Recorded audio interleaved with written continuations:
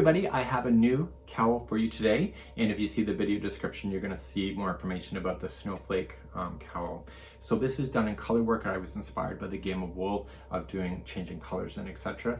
And I like my cowls and my neckwear in the winter to be relatively not so cumbersome in my coat, so I can tuck it down so I don't make these things that huge. This is using 2 balls of yarn, and what I chose to do is use Bernat Super Fluffee in order to make these happen. It's got a bit of halo to it. It's really quite fantastic. So I'll show you how it fits, and let me just see. And the reason why I'm turning it is that there is no slip stitching available on this thing because I did not want an obvious line, but I can, as an experienced crocheter, I can tell. So this is where the line is right here. So I'll put that towards the back.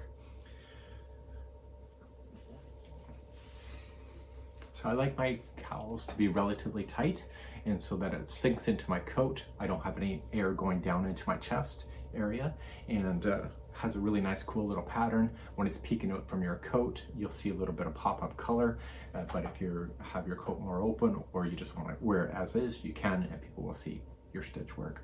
Really kind of fun. I found this one quite engaging. They take about 2 hours to make from start to finish, and with that level 6 bulky weight yarn with an 8mm hook, go super fast. In the next video that's popping up, you're going to see how this concept is done, and it's relatively easy. You just got to be patient with yourself, and I'll share tips on that video.